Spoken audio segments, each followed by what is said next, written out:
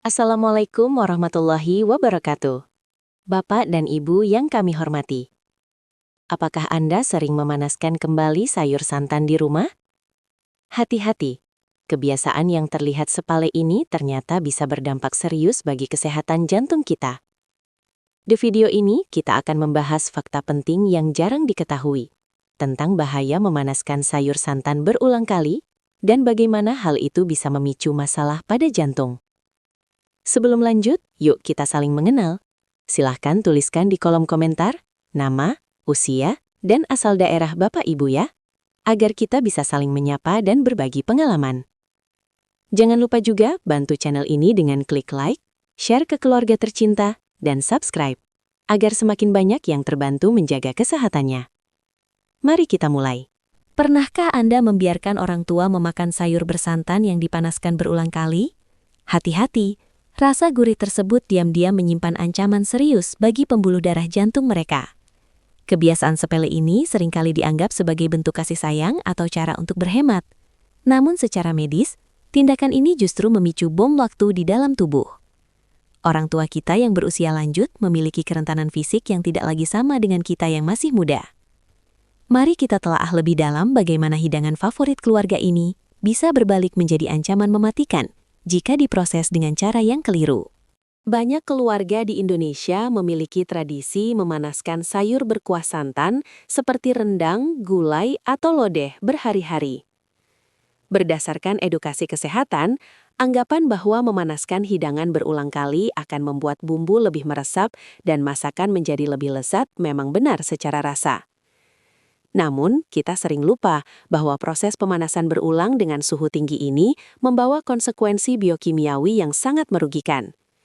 Makanan yang awalnya bernutrisi, kini perlahan bertransformasi menjadi zat yang membebani organ-organ vital, terutama jantung dan sistem peredaran darah orang tua kita.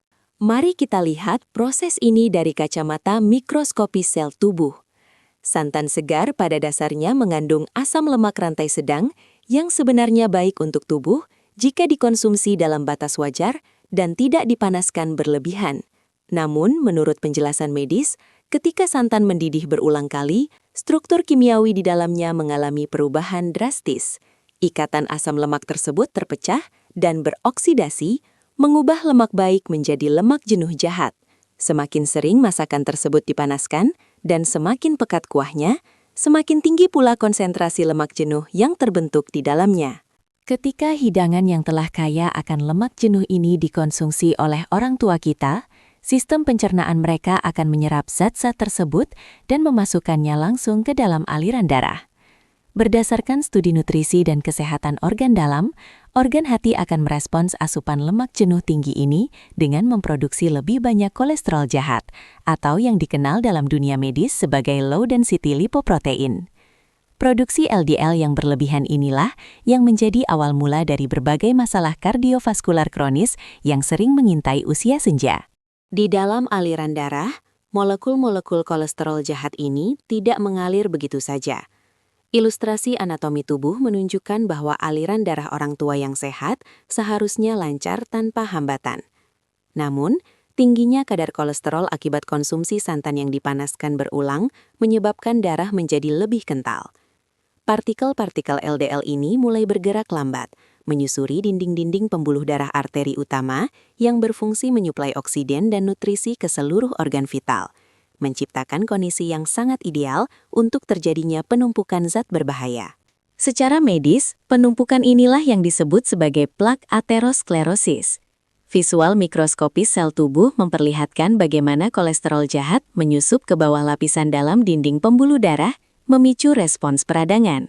Tubuh mengirimkan sel-sel darah putih untuk mengatasi peradangan tersebut, namun akibatnya justru menciptakan gumpalan plak yang semakin tebal dari hari ke hari. Proses penebalan dan pengerasan dinding pembuluh darah ini berlangsung secara perlahan, menumpuk dalam diam tanpa memberikan tanda-tanda atau gejala awal yang bisa disadari oleh orang tua kita. Seiring berjalannya waktu, tumpukan plak ini menyebabkan diameter bagian dalam pembuluh darah menjadi semakin sempit. Bayangkan sebuah selang air yang bagian dalamnya dipenuhi oleh kotoran yang mengerak. Berdasarkan penjelasan anatomi patologis, Penyempitan ini secara langsung mengurangi volume darah kaya oksigen yang dapat mengalir melaluinya. Bagi seorang lansia, kondisi penyempitan arteri ini sangatlah kritis, karena organ-organ tubuh mereka, khususnya otot jantung, sangat bergantung pada suplai darah yang stabil untuk dapat berfungsi secara optimal dan mempertahankan kualitas hidup mereka.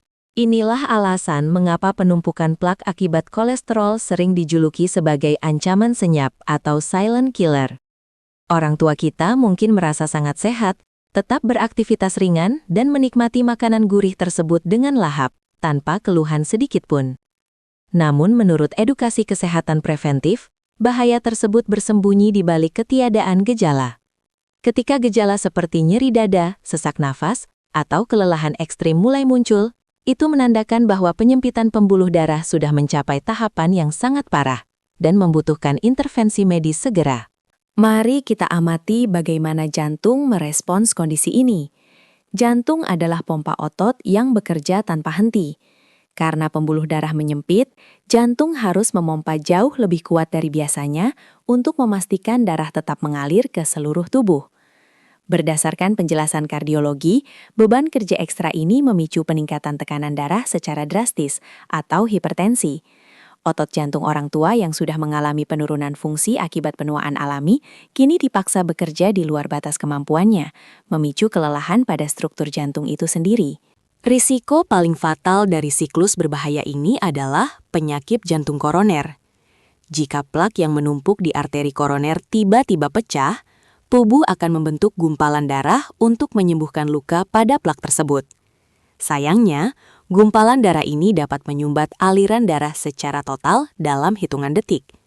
Tanpa aliran darah, sel-sel otot jantung akan mulai mati akibat kekurangan oksigen, memicu serangan jantung yang mengancam nyawa. Semuanya bisa berawal dari kebiasaan sepele mengonsumsi sayur santan yang dipanaskan berulang. Sangat penting untuk memahami bahwa pembuluh darah orang tua kita tidak lagi seelastis saat mereka masih muda. Berdasarkan ilmu geriatri, penuaan menyebabkan arteri secara alami menjadi lebih kaku dan kehilangan kelenturannya. Ketika pembuluh darah yang sudah kaku ini dihadapkan pada gempuran lemak jenuh dari santan yang dipanaskan terus-menerus, resiko terjadinya robekan mikroskopis dan penumpukan plak menjadi berlipat ganda. Oleh karena itu, diet dan pola makan pada usia lanjut memerlukan perhatian dan modifikasi yang sangat ketat dan disiplin. Lalu, apakah ini berarti orang tua kita tidak boleh sama sekali menikmati hidangan bersantan?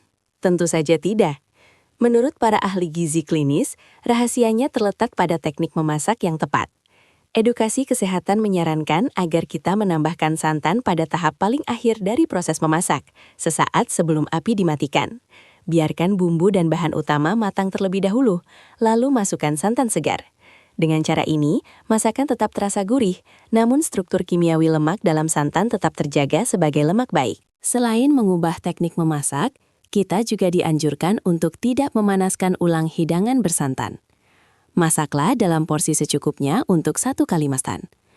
Berdasarkan edukasi gaya hidup sehat, kita bisa mengganti sebagian penggunaan santan dengan alternatif nabati yang lebih ramah jantung, seperti susu kedelai tanpa gula, susu almond, atau kemiri yang dihaluskan. Perubahan kecil pada bahan dasar dan manajemen porsi masak ini berdampak masif dalam menjaga kadar kolesterol tetap stabil tanpa harus mengorbankan kelezatan hidangan keluarga. Selain menjaga pola makan yang lebih sehat, pemantauan kondisi medis secara rutin tidak kalah pentingnya. Menurut rekomendasi kesehatan modern, orang tua yang memiliki riwayat sering mengonsumsi makanan bersantan sangat disarankan untuk melakukan tes profil lipid darah minimal 6 bulan sekali. Pemeriksaan ini meliputi pengecekan kadar kolesterol total, LDL, HDL, dan trigliserida. Dengan mengetahui angka pasti dari hasil laboratorium, dokter dapat memberikan rekomendasi medis yang terukur dan melakukan tindakan pencegahan sebelum terjadi komplikasi pada jantung. Sebagai anak, bentuk kasih sayang tertinggi bukanlah selalu memberikan makanan yang paling disukai oleh orang tua kita, melainkan memastikan apa yang mereka konsumsi benar-benar mendukung kesehatan jangka panjang mereka.